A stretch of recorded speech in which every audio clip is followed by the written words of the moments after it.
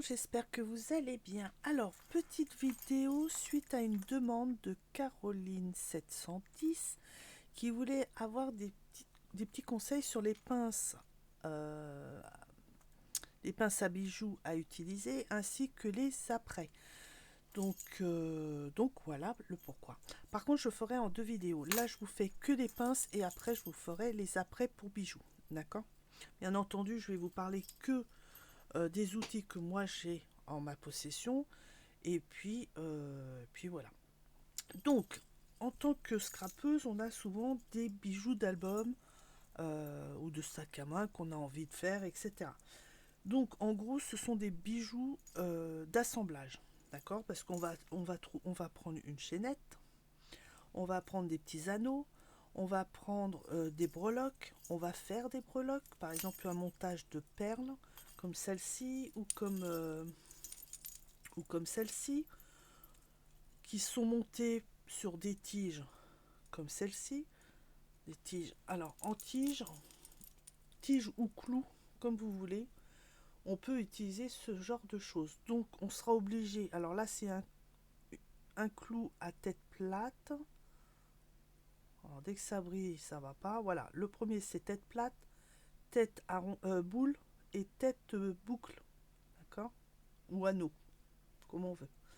Donc des fois on peut utiliser ce genre de choses, donc on a besoin de trois pinces. Une pour couper, une pour plier, une pour couper et une pour faire le petit anneau.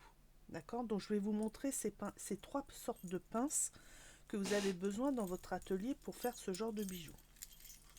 Donc c'est des bijoux qu'on appelle de montage. D'accord? Parce que tout le reste c'est déjà fait puisque les chaînettes vous les achetez et tout ça.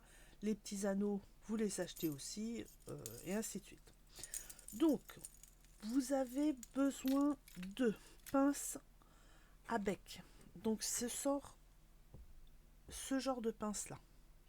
Alors mes conseils que je vais vous donner. Quand vous allez acheter une pince, vérifiez si alors si vous pouvez aller dans un magasin dans votre ville qui vend des pinces comme ça, ou il y en a qui sont en présentation sur des présentoirs où vous pouvez au cas où les prendre et les manipuler, et ben faites-le pour voir si la poignée elle est assez bien pour vous, si vous vous sentez bien à l'aise avec. Pourquoi? Parce que moi toutes ces pinces là ont exactement les mêmes hauteurs de poignée. C'est le poignet standard, je crois, celui-là. Il est encore plus petit.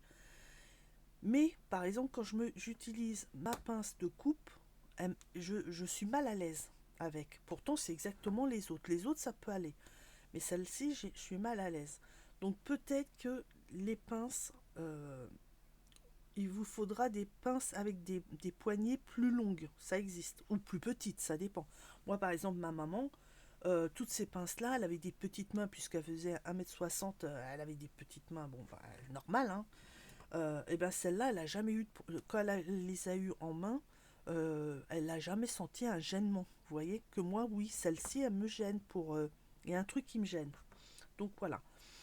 C'est la première chose à regarder. Donc si vous pouvez les tester, c'est pas forcément obligé de les acheter.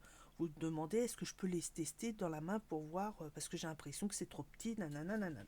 Bref. Donc ensuite le deuxième critère.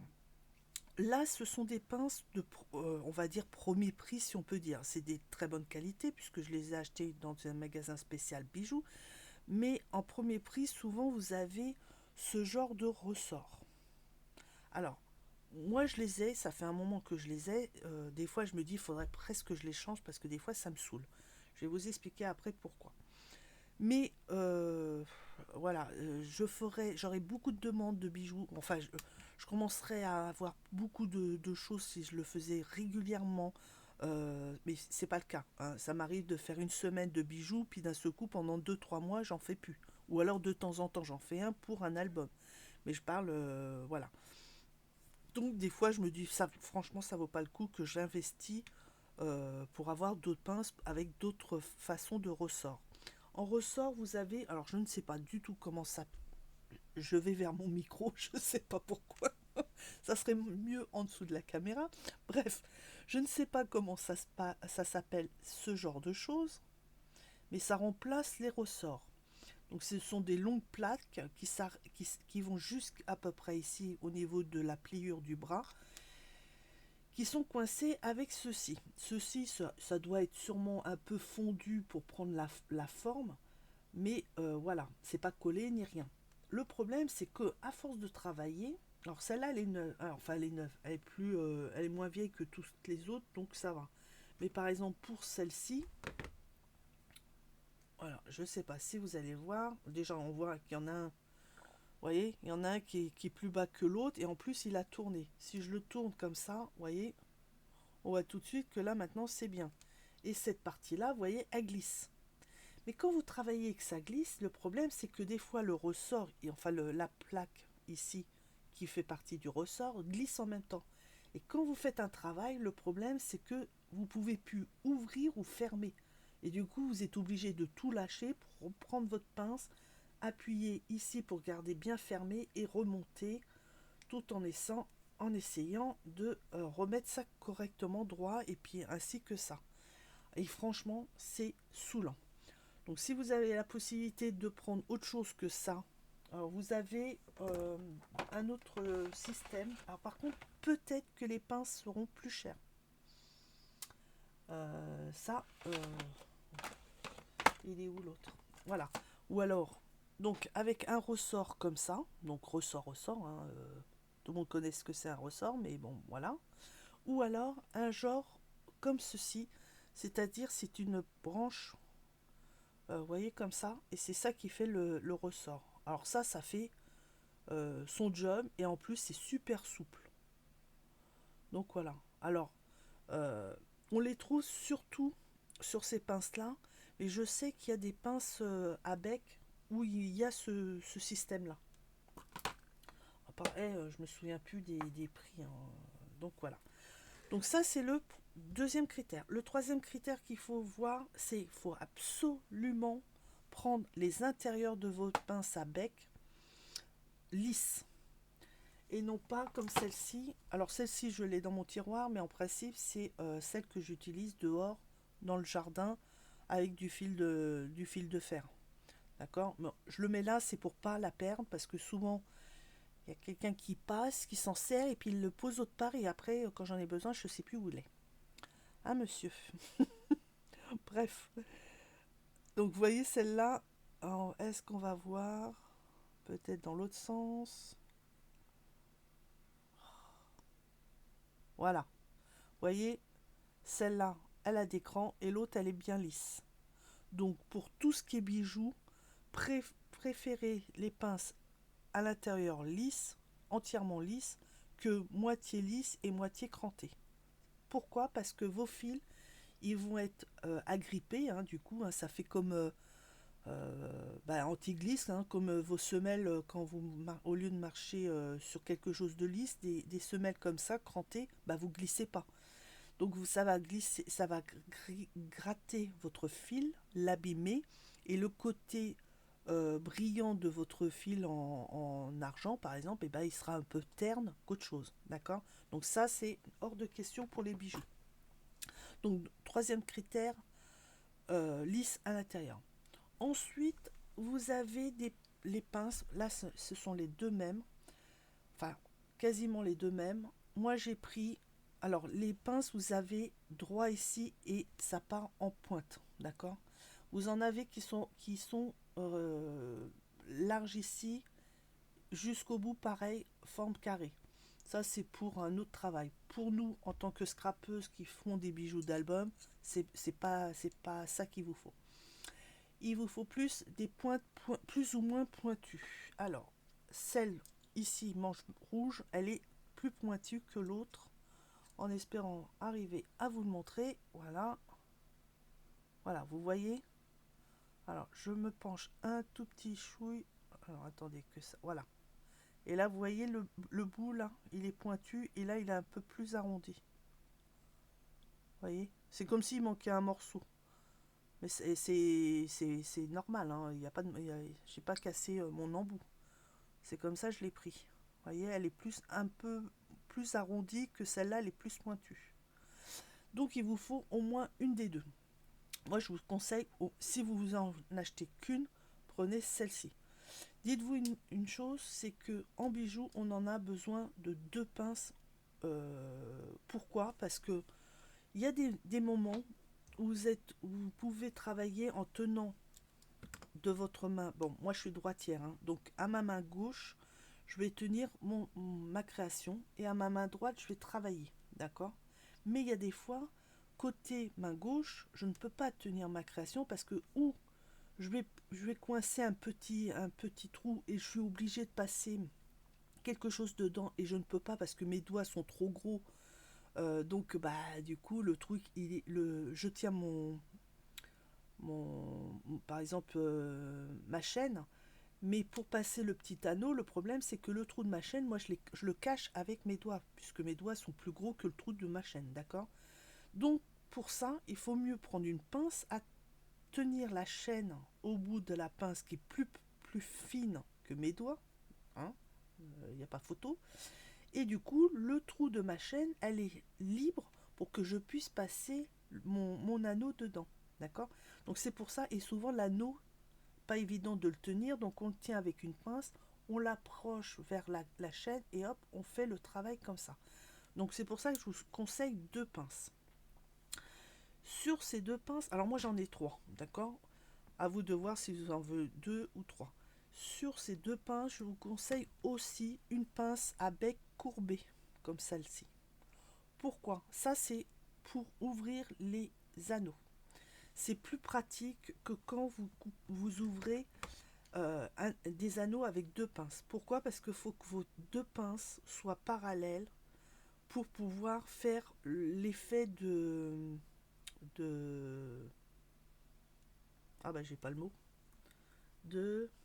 On bascule, enfin l'effet de basculer si vous voulez, vous êtes comme ça et hop vous basculez pour ouvrir, d'accord? Le problème c'est que vous voyez, moi si je me mets comme ça, ben, j'ai mes doigts qui me gênent. Je ne peux pas. Alors vous allez me dire, bah t'as qu'à prendre comme ça te gêne pas. Bah oui, mais c'est pas comme ça qu'on ouvre un anneau. Un anneau, je vais en profiter. Vous avez un anneau comme ça, d'accord? L'ouverture elle est là en haut. Voilà. L'anneau, pour l'ouvrir, il faut absolument bloquer la moitié d'un anneau et bloquer l'autre moitié d'un anneau pour pouvoir ouvrir correctement. Si vous pouvez pincer comme ça et l'ouvrir comme ça. Le problème, c'est que quand vous allez le remettre refermé, et ben l'anneau ici, elle sera plus. Enfin là il est bon, mais au lieu d'être bien droit, il va être un petit peu voilé. Donc au lieu d'être bien, alors il faudra se mettre sur une table, marteler pour le remettre à plat. Ou alors avec une pince comme ça, il faudra tourner votre anneau tout en appuyant. Là, je tourne mon anneau, hein, on dirait pas, mais j'appuie, j'ouvre, j'appuie, j'ouvre, j'appuie, j'ouvre, j'appuie, pour qu'il soit bien droit quand vous le regardez comme ça. D'accord? Donc, quand je prends ma pince comme ceci, donc je la mets à la moitié, voilà, l'ouverture est ici, donc je la mets à la moitié d'un anneau. D'accord? L'autre, je dois être comme ça, je ne peux pas, puisque ça me gêne. En ayant une pince à bec euh, euh, euh,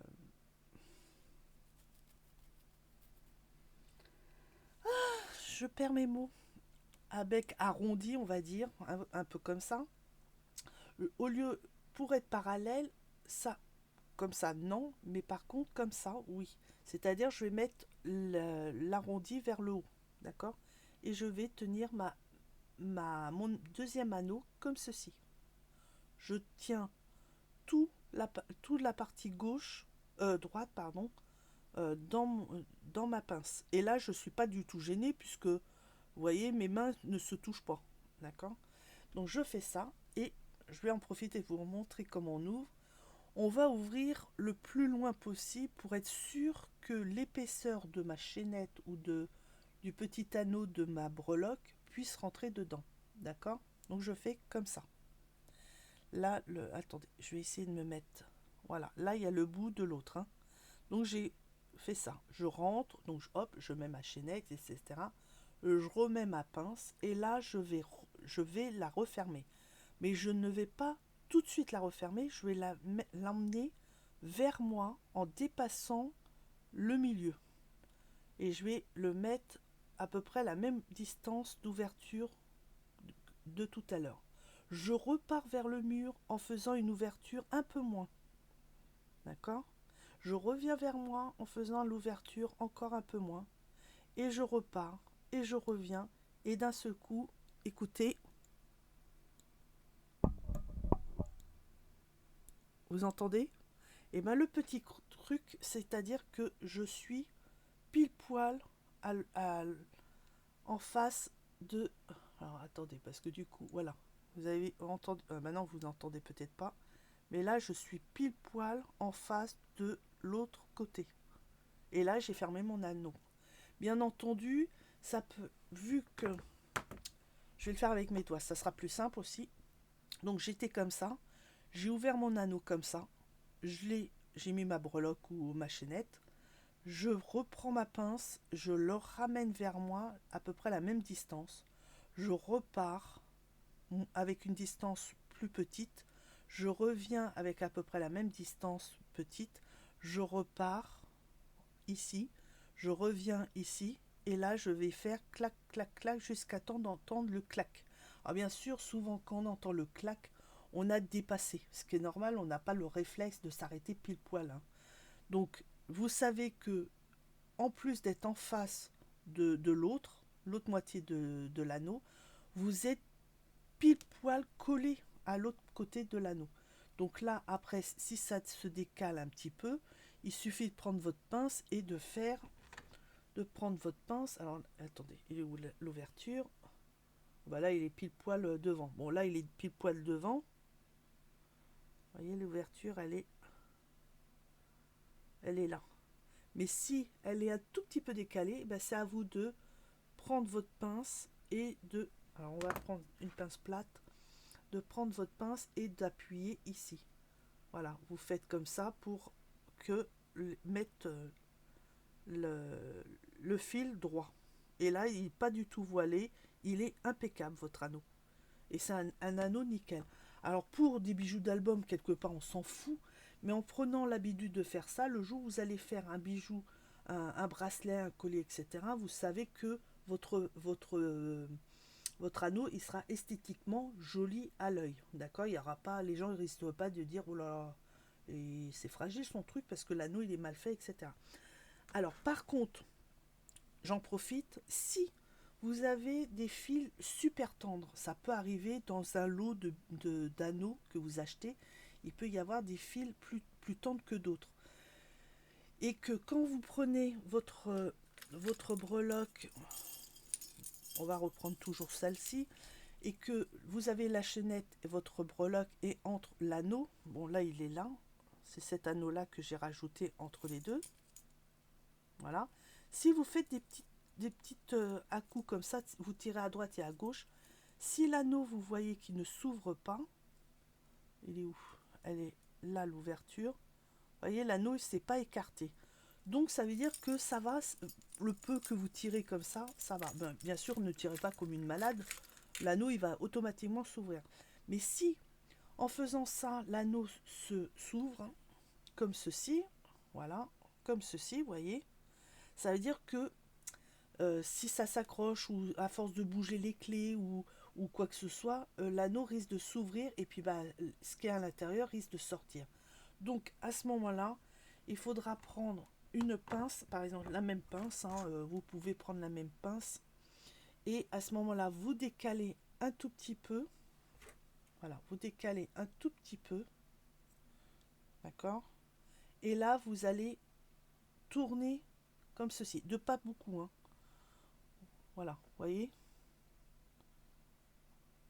voilà. Vous voyez, j'ai mis les deux boules l'un contre l'autre de, je sais pas, ça fait quoi, 2 mm à peu près. Alors bien sûr, l'anneau n'est plus rond, il est ovale. À ce moment-là, ici, vous le prenez, vous appuyez et vous appuyez un petit peu comme ça. Hop, Voilà, déjà, il va reprendre une bonne forme. Et au cas où, vous prenez quelque chose, bah là c'est trop petit, j'ai rien à voir. Alors il y a des baguiers, bon, je vais pas vous dire d'acheter des baguiers, vous prenez un stylo, là c'est le truc de d'Uno, le machin qui fait des brillants, et vous le tournez pour essayer de récupérer le rond au lieu d'avoir un ovale.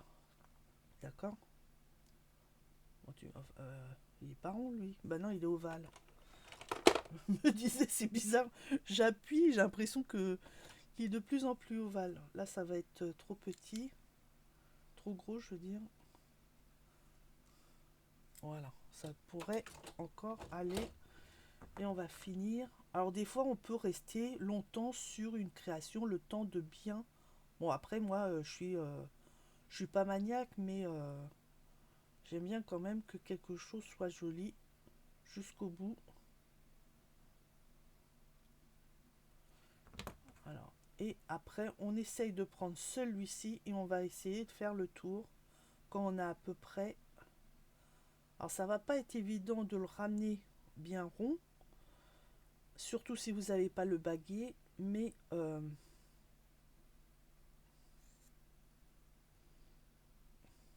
ouais, c'est mal fait. Donc voilà, c'est à peu près correct, on va dire. Voilà. Vous voyez, là c'est mieux. Et là j'ai appuyé tout le tour en essayant de prendre la forme qui est le plus bas possible de cette pince là. Donc voilà. Voilà pourquoi avoir au moins deux pinces, dont une courbée comme celle-ci. Donc voilà. Ensuite, ben, on va avoir besoin de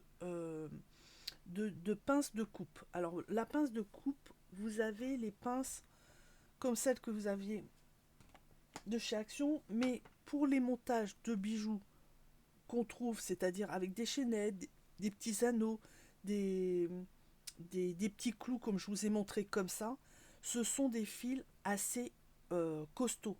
Donc, à moins que vous ayez la pince, c'est-à-dire celle-ci, celle-ci, alors moi j'en ai plusieurs. J'ai celle-ci et j'ai celle-ci. Ce sont exactement les mêmes que c'est les jumelles hein, de celles de Action. Je vais vous enlever les bouchons, vous allez voir. C'est exactement les mêmes. Heureusement que les manches ne sont pas tous de la même couleur, sinon je ne saurais plus qui est qui. Voilà, vous voyez, c'est exactement les mêmes. On appelle ça des flunch cutters. Ce sont des pinces à couper super intéressantes parce qu'elles fonctionnent très bien. Le problème, c'est que si vous les achetez pas en magasin, vous pouvez pas savoir jusqu'où elles coupent. Il y a, euh, comment je pourrais vous dire, Euh, le jour de la fabrication, pour faire cette pince-là, alors selon les mélanges de métaux qu'ils vont faire pour faire les trucs de coupe, là, je ne sais même pas comment ça s'appelle, cette partie-là, selon les métaux qu'ils ont mis, la quantité, etc. Alors moi, j'y connais rien là-dedans, c'est le truc du forgeron. Voilà, moi, voilà. Bref, et ben ils vont vous mettre des pinces qui peuvent couper des fils plus ou moins tendres, d'accord. Celle-là se ressemble, mais elle coupe pas du tout la même chose. Alors celle-là va couper tout ce que les autres coupent, mais les autres peuvent pas ont interdiction de couper ce que elle coupe, d'accord. Plus simplement, c'est que ma pince blanche, je l'ai achetée, elle coupe l'aluminium et les fils en 1, non, c'est pas 1, c'est 0,1 mm de diamètre. C'est les fils les plus fins et les plus tendres qu'on peut avoir voilà, autour de nous. D'accord. C'est exactement la même que chez Action. C'est-à-dire celle de Action, quand vous trouvez une pince comme celle-ci un kit, comme Action a fait pour, en plus c'était écrit miniature, pour les miniatures, ça veut dire que c'est la pince qui coupe le fil le plus fin et le plus tendre qui existent. Le plus tendre, c'est l'aluminium. Et après, c'est les fils de 0,1, voilà. 0,1, c'est ce que souvent vous trouvez dans les kits de vitrines miniatures. Ce que Action faisait. Ils ont faisait, et je crois qu'ils continuent à en vendre. C'est, par exemple, moi j'avais pris la boutique de café pour ma fille, mais ils faisaient le fleuriste, ils ont fait aussi le restaurant asiatique. Alors celui-là, je l'ai jamais vu malheureusement, mais bon, tant pis. Ils ont même fait aussi une petite boîte en métal avec, vous l'ouvrez, dedans il y avait plein de trucs à monter, à coller, etc. pour faire une petite scénette, d'accord. Et souvent dedans vous avez des petits fils de métal. Alors vous avez souvent la lampe avec le fil électrique et l'interrupteur. En principe, vous n'avez pas besoin de couper puisqu'ils ont mesuré. Je crois pas qu'on le coupe, je me souviens plus. Mais je crois qu'ils ont. C'est un seul bloc et eux ils ont déjà tout installé du début à la fin. Donc pour avoir une longueur calculée dès le départ. Mais bon, bref, je sais plus. Mais vous avez aussi des petits fils pour faire par exemple les formes de porte, de poignées de porte ou de petits lampadaires, etc. Donc ces fils-là sont dedans, coupent exact et cette pince-là les coupe facilement. Il n'y a pas de souci. Maintenant, ma deuxième pince, celle-là, quand ils l'ont fabriquée, ils ont rajouté un métaux, je ne sais quoi, de perlimpinpin. Et celle-là, par contre, elle coupe. Quand je l'ai achetée, ils m'ont dit, vous pouvez couper du fil en acier jusqu'à 1,2 mm de diamètre.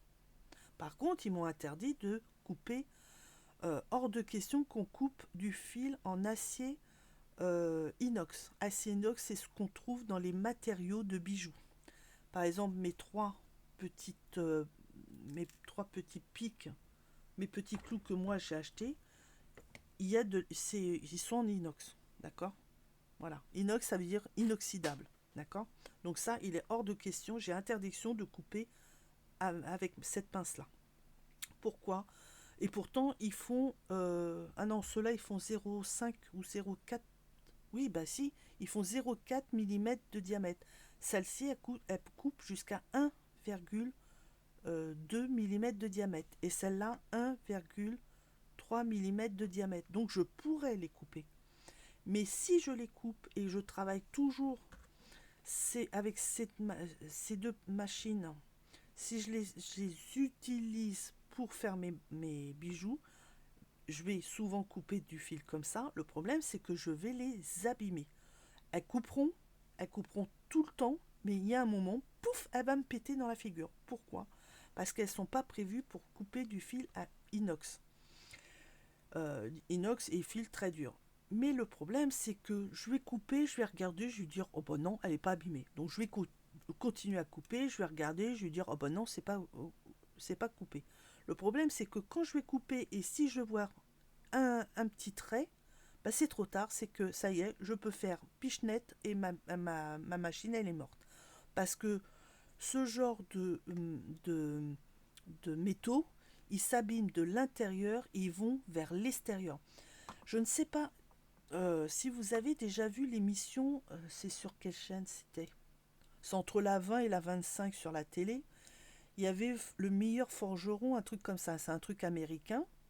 Bon, eux, ils font pas des pinces comme ça, mais ils font des couteaux, ils font des sabres, etc.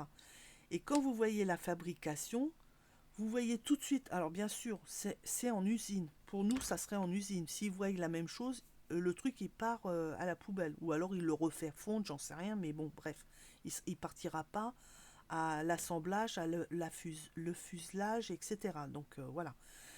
Mais quand vous regardez, d'ailleurs, ils expliquent à un moment que le problème, c'est que souvent, la fissure, elle est à l'intérieur, on ne l'a pas forcément vue de l'extérieur, mais quand vous l'avez brossé, pas brossé, mais comment ils font? Qu'est-ce qu'ils font? Alors attendez, ils font quoi? Ils brûlent, ils le fondent, ils le tapent, hein. Et après, ah oui, après, quand ils vont montrer la lame, des fois les nickels, il y a un tout petit défaut.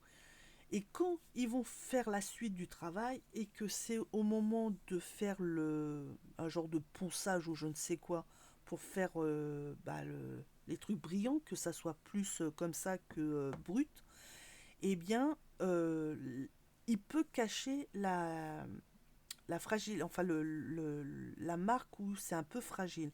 Déjà, il y a même le monsieur un peu asiatique, quand il le prend, des fois, il observe la lame, et il revoit la marque, et en principe, il ne touche pas parce qu'il sait très bien que quand il va taper sur quelque chose de très dur, ça va péter. Et bien là, c'est pareil. Des fois, on ne la voit pas, et ça pète quand même parce que la partie fragile est toujours à l'intérieur du métal, et ça passe de l'intérieur vers l'extérieur. Et le problème, c'est que quand ça arrive presque à l'extérieur, bah, le métal, bah, il tient plus. Donc voilà. Donc quand vous allez acheter une pince, surtout regardez bien les indications d'où jusqu'où vous pouvez couper. Et donc ils vont vous dire, on vous conseille de couper jusqu'à 1,2, 1,3. Ou par exemple pour celle-là, moi c'était indiqué aluminium et fil très tendre à 0,1, voilà. Ultra, non, c'était même pas tendre, c'était ultra tendre. euh, et il y avait un autre truc dedans. Je sais plus ce qu'il disait. Je me demande s'il ne marquait pas euh, marketisme ou non, je sais plus. Enfin bref, je risque de dire des bêtises. Bref. Donc voilà. Et du coup, vous avez ça. Et après, ils vont dire surtout interdiction de couper tel ou tel fil. La plupart du temps, c'est le fil acier en inox et le fil à mémoire. D'accord. Donc voilà. Donc ces pinces-là sont très bien si vous travaillez les bijoux avec euh, un fil que vous avez acheté, une bobine de fil en métal que vous avez acheté. Comme ça, vous savez la dureté, vous avez aussi bien la dureté du fil et le diamètre du fil. D'accord. Donc ça, c'est pour ça. Pour moi, quand je fais mes bijoux d'album, je sais très bien que c'est des matériaux très durs. Et même avec celle-ci, je ne tenterai pas je tenterai pas à couper par exemple une chaînette. Parce que souvent les chaînettes, vous les achetez comme ça, ils vous disent qu'il y a fait tant de mètres, ils sont tant de largeur, mais c'est la largeur du maillon. C'est pas la largeur du fil qui a été utilisé pour fabriquer le maillon. D'accord. Donc ça, c'est non, c'est comment c'est pour les bijoux quand vous les travaillez avec du fil. Bien entendu, vous pouvez acheter parce qu'il n'y a pas que ça s'arrête pas à celle-là. Hein. Après, il y en a bien d'autres. Alors le prix des pubs, celle-là c'est 9,50 que je l'ai acheté. Et bien sûr, celle qui coupe des fils un tout petit peu plus durs, vous avez des fils ultra tendres, moyens, durs et ultra durs, d'accord. Donc, si vous voulez l'utiliser quand même pour des fils plus durs, eh ben, c'est à vous de regarder. Alors, le prix, comme je vous ai dit, il y aura peut-être un petit 1 devant, c'est-à-dire il y aura deux chiffres au lieu de un seul, et il y aura quand même les indications, d'accord.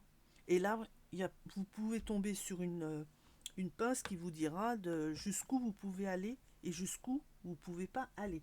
Pour le fil inox, vous avez des pinces coupantes. Alors par contre, je ne sais pas, je me souviens plus du tout. J'en avais vu une et je me suis tâtée plusieurs fois. Est-ce que je l'achète? Est-ce que je l'achète pas? Parce que moi, j'utilise ces pinces-là.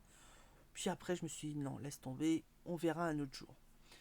Et alors, c'est vrai que esthétiquement, l'avoir à la main quand vous faites du bijou, c'est plus joli qu'une pince comme ça qui est plutôt bricolage du dimanche, d'accord. Ok. Donc voilà.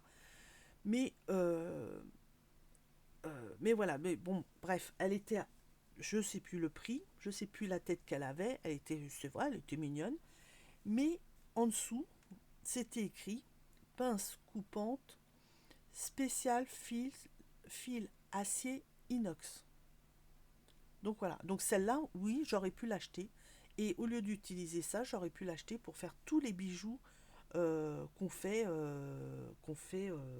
peut faire en, comment ça s'appelle, Euh, nous en tant que scrapeuse pour nos albums, etc. Puisque là, j'aurais pas de crainte à me dire ah, la chaînette, c'est quelle maille, c'est ça, c'est bon. Vu qu'on n'a pas de renseignements, voilà.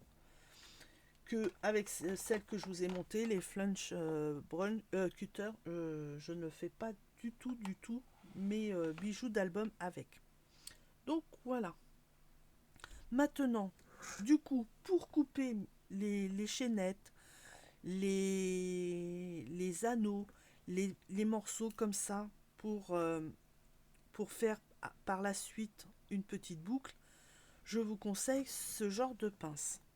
Cette pince-là, c'est une pince pour métaux durs, d'accord. Et celle-là, bah, elle sera dure, hein, voilà, puisque ça vient du domaine, les magasins de bricolage, d'accord. Moi, je les ai eu gratuites, puisque ça, c'était à mon grand-père, et quand maman est décédée, bon, bah, j'ai eu ces outils, donc voilà, j'en ai gardé une pour mon atelier. Sinon, je travaillais avec celle-ci. C'est pareil, celle-ci, vous avez des indications aussi. Vous la trouvez partout. Je sais plus où je l'avais achetée, elle est vieille celle-là.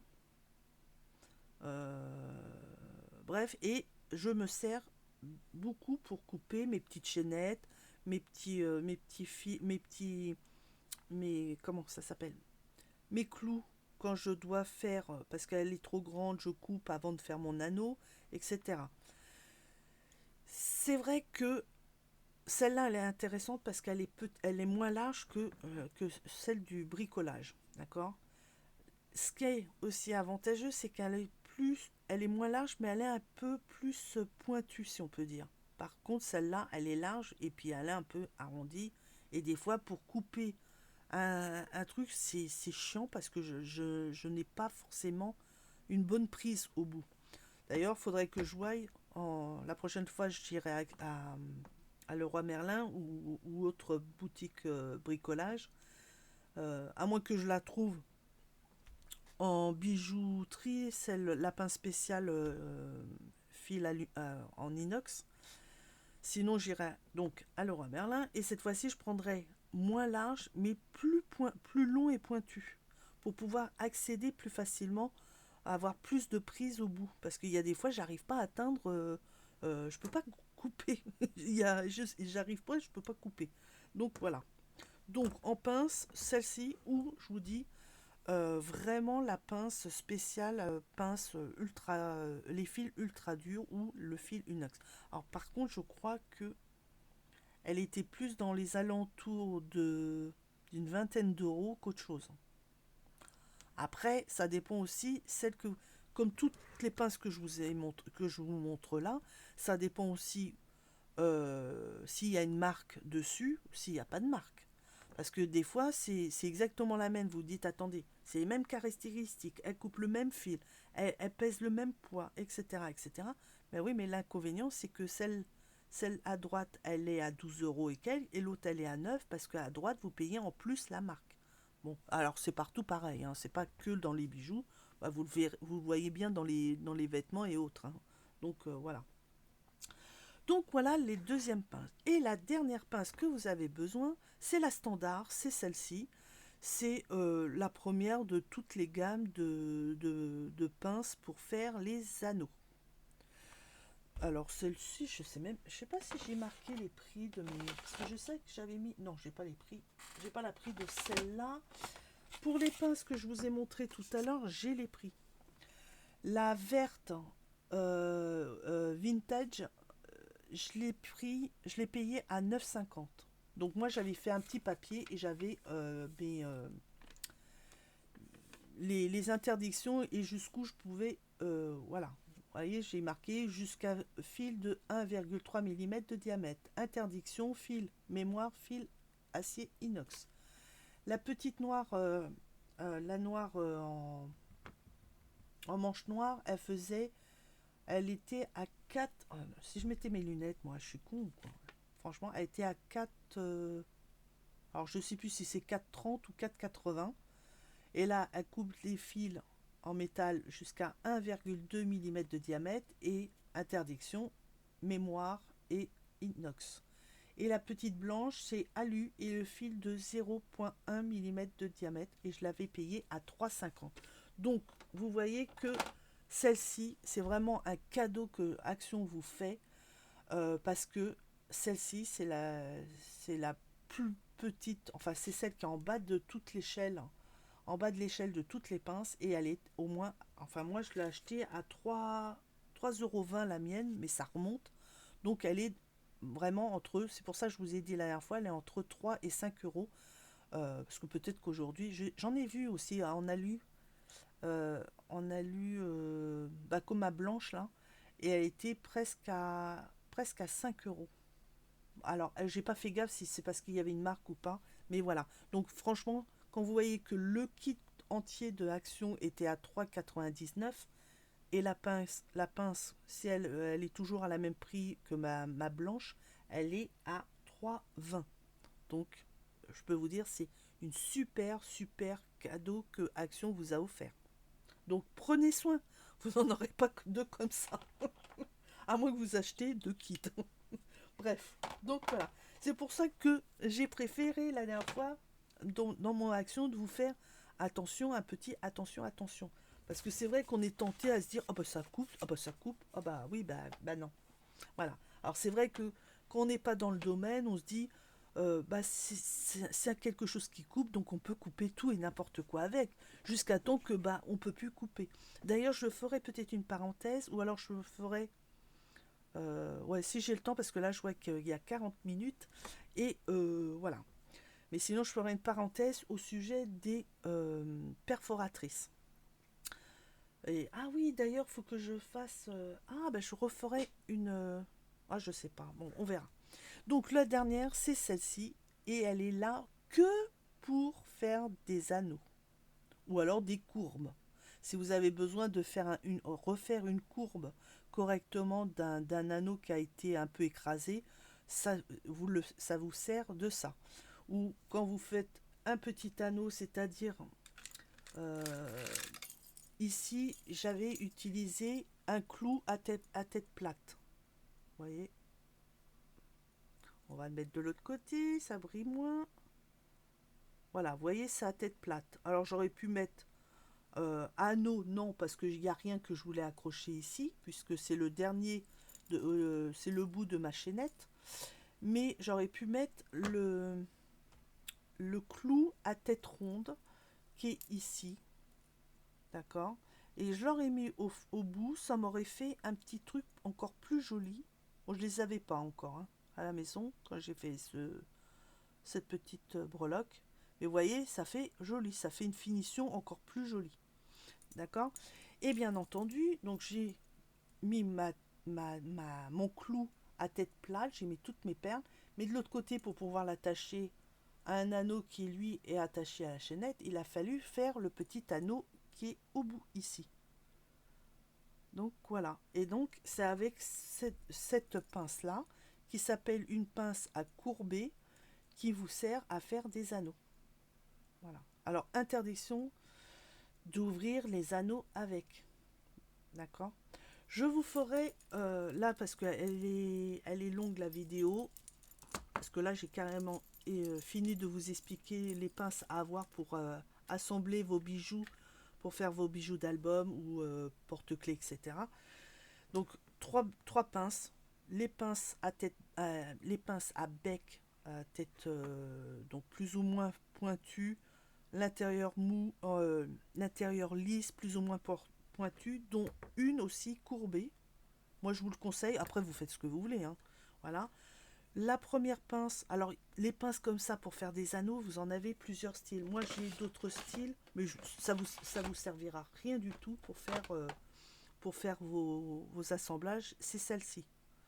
C'est des pinces avec escalier. Moi j'appelle ça escalier. Vous pouvez faire plusieurs anneaux de même taille en une fois ici. Vous voyez, vous avez voilà. Bon, ça c'est surtout si vous voulez travailler plus tard avec des fils des bobines de fil en métal, d'accord? Donc ça vous suffit largement. Et puis bien sûr la pince à couper. Donc prenez ce genre de pince là, puisqu'on ne sait pas du tout en principe les chaînettes c'est des mailles assez dures, assez solides pour tenir dans le temps. Sinon si c'est tout mou ça va tout s'ouvrir, tous les mailles vont s'ouvrir et puis voilà, ça sert à rien. Donc c'est du fil dur que vous allez utiliser, sans compter que rien que les petits clous ils font 0,5 mm de diamètre, c'est 5 ou 4 je sais plus, millimètres de diamètre. Et enfin moi en tous les cas je les ai achetés en inox, inox et inoxydable, d'accord. Ah, alors attendez que je le mette bien. Ouais, ça m'a dit que 0,4 mais c'est 0,4 ou 0,5 je sais plus. Bon bref, donc voilà. Donc voilà. Il y a aussi un petit truc que vous pouvez avoir, c'est une lime en métal. Parce que si quand vous coupez, enfin après vous coupez, puis après vous allez faire votre boucle, donc ça sert à rien. Mais ouais ben non, ça vous sert à rien. Ben non, ça serait, c'est pour ceux qui travaillent avec les fils. Tout à fait, Valérie, dis pas de bêtises, arrête de t'égarer. Donc voilà. Donc alors moi pour les filles, pour les petits bijoux comme ça, vous prenez pas la tête, prenez ceci. Voilà, au moins vous êtes sûr que vous abîmez pas votre pince par erreur. Bien entendu, si vous avez les moyens et que vous trouvez la pince spéciale fil acier inox, et ben prenez-la et ça vous remplacera ça. Regardez bien si je me souviens plus de la tête qu'elle a. Mais s'il y a deux modèles ou si elle est qu'un seul modèle et qu'elle a la tête assez longue et pointue, c'est tout bon. Voilà, parce qu'il faut des fois aller pouvoir aller jusqu'au bout pour pouvoir couper. Voilà, et bien écoutez, j'espère que j'ai répondu à la question de Caroline. J'espère aussi que ça vous a tous aidé. Qu'est-ce que je peux... Il est combien? 47. Est-ce que j'ai le temps? Je suis pas sûre. Non, c'est déjà trop long. Je ferai une autre vidéo au cas où, à part, je vous parlerai au cas où des perforatrices et il y avait quoi? Ah oui, les dice. Alors, apparemment, ce que je lui ai écrit au niveau des dice pour... vous savez, quand vous avez une plaque avec différents dice, comment les défaire. Par écrit, apparemment, elle a compris. Donc, tant mieux pour une fois. Parce que c'est vrai que c'est pas du tout évident. Mais je ferai quand même, peut-être entre celle-là et les après, je ferai une toute petite vidéo pour vous parler de deux choses. Les perforatrices et comment enlever les différents éléments de votre plaque de dies. D'accord? Parce que par exemple, pour les perforatrices, là aussi, il faut savoir jusqu'où vous pouvez les utiliser. Voilà. Allez, cette fois-ci, je vous laisse. J'espère, Caroline, que c'était bon. J'espère que tout le monde a compris. C'est pas forcément évident. Si vous voulez plus de renseignements, par exemple, comment manipuler pour ouvrir un anneau ou quoi, peut-être que d'ailleurs je le ferai aussi dans l'autre vidéo, des après. Si c'est pas trop long, la vidéo, bien entendu. Euh, mais si vous voulez d'autres renseignements ou autres, bah dites-le moi. Et puis, selon si je peux vous le faire ou pas, parce que moi, je ne connais pas tout, hein. Comme je sais pas si je vous l'ai dit au départ, mais je ne suis en aucun cas professionnel. Tout ça, je l'ai appris au fur et à mesure des années. Et encore aujourd'hui, j'apprends encore, parce que moi, il y a des machines. Par exemple, la machine pour couper le fil à mémoire, je ne connaissais pas du tout. Elle est rigolote. Je vais vous faire un dessin, si ça vous dit. C'est une machine. Elle ressemble un peu à celle-ci, sauf que à partir de là, c'est un rond. Donc vous avez les pattes, donc les manches, et d'un seul coup, ça vous fait un espèce de rond comme ça. Et au bout de ce rond, vous avez un mini rond comme ça. Voilà. Voilà comment elle est la pince à fil à mémoire. Alors je pense que moi j'en ai vu qu'une, hein. Une fois j'étais allée, je sais plus où, bref, il y avait un petit atelier, on s'est dit allez on va aller voir et tout. Et un truc artisanal d'ailleurs, c'était un truc spécial artisan de du bijou. Et elle avait une pince comme ça. Et quand vous le voyez, c'est rigolo. Bref, donc ça existe aussi, mais c'est une pince spéciale et elle est comme ceci. Voilà. Donc là aussi, j'ai vu qu'il y avait d'autres pinces. Il y a bien sûr des machines où vous mettez votre fil, vous appuyez et pouf, bah vous faites directement. Vous avez pas à vous emmerder, elle vous fait tout ça tout seul. Voilà. Alors bon, si vraiment vous n'y arrivez pas, vous avez aussi ce. Bon, il y a aussi un prix, hein, voilà. Après, c'est selon votre travail. Si vous travaillez que occasionnellement, le week-end, pendant les vacances ou quoi, ça ne vaut pas le coup d'aller acheter plus de machines, de pinces autres que celle-ci. D'accord. Après, si vous en faites plus régulièrement, si vous, ça dépend ce que vous travaillez, tout simplement, hein, c'est comme tout. Donc voilà, c'est comme dans le scrap, où vous faites des albums, ou si vous faites aussi du mix média, ou des cartons, des boîtes, des meubles, etc., vous allez vous éparpiller et là vous allez avoir plus de matériaux, même si en faisant les autres, vous allez aussi utiliser le matériel du scrap. Vous voyez ce que je veux dire? Donc voilà. Allez, cette fois-ci, je vous laisse. Je vous souhaite un bon week-end puisqu'on est vendredi soir. J'espère que c'était pas trop long pour avoir ma vidéo parce que ça fait un moment qu'elle m'avait posé la question. Mais donc voilà. Bon, c'est vrai que j'ai pas été vraiment présente à la maison et quand je rentrais, j'avais pas forcément envie de faire la vidéo. Donc voilà, cette fois-ci c'est fait. Je vous remercie de votre fidélité jusqu'au bout de ma vidéo, ainsi que la fidélité d'être toujours sur ma chaîne. Je vous fais des gros bisous et je vous dis à bientôt dans la prochaine vidéo. Allez, bisous, bye, merci.